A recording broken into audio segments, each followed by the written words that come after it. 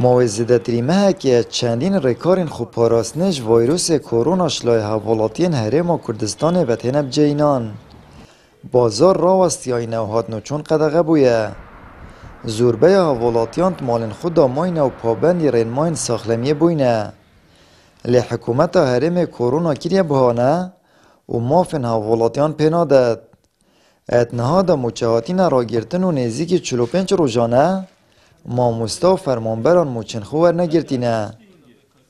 نزدیکی 45 روزانه ماموستا و فرمانبران موچه خونه ورگرتیه بلکو پیشیتر هنده ماموستا و فرمانبر هنده کارندی کربن البر فرمانبری اخرى لی ابروگه قدقه یا حال نوچونش لی حکمت و حاتی را گهاندن ام همی پابندین بغفه قدقه کرنه پابندین برین ماین حکمتی لی نظام حکمتی چه پلان هیا بودا باش کردنا موچین فرمانبرا براستی فرمانبر زود محتاجن بلکو هنده فرمانبرا ابروگه نشن پیدایستی روزانه بکرن.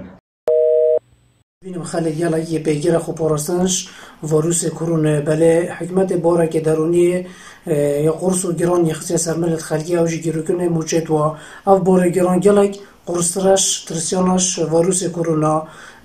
بروی چنده که حکمت بیشتن هشتا پارش بغدا نهاتیه اگر اف پاره بغدا بهجی یه حیواس هشتا حکمت موچه خلقی یه مانگا 12 ندایه. ادگل بلاوبونا ویروس کرونا جهانه حکومت چندین ولاتان با جوکرین سر حوالاتیان خوش بون و هاریکارین دراویجی پیشکشی کسین پیتوی و بیکار کرن. الیزیده باری گمارو سر حوالاتیان حکومت هرم موچجی را گرتینه و خلقت مالن خدا به پاره و بزار بوینه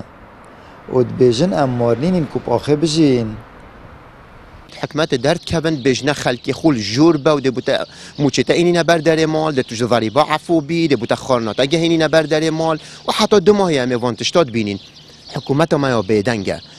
بس رنمای تندرستی هوب که و هنکه هوب که و هنکه افک گلک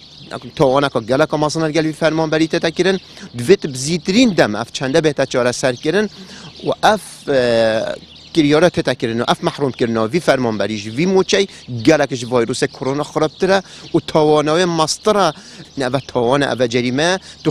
وی حرب نفسی گل خلکیت کی و خلکی بهلیت حالته که حسابه. ماموستا و فرمانبرد خوازند وی بارودوخی دا حکومت برکه خراب بید و موچه دا بشکت و الباج و رسومات و کریانجی خوش ببید و دبیجن حکومت هرما کردستان هر جار بابت اکید کتا بهانه و آستانگان درست کت و موچه راد گرید. انها جی ویروس کرونا کریه بهانه و المیکانزم اکید گرید بودا بشکرنا موچه دست حالاتا که بوی رنگی ده چه واشه دولتا که پروه بد. آمد بریفکانی کانال آسمانی پیام دهوک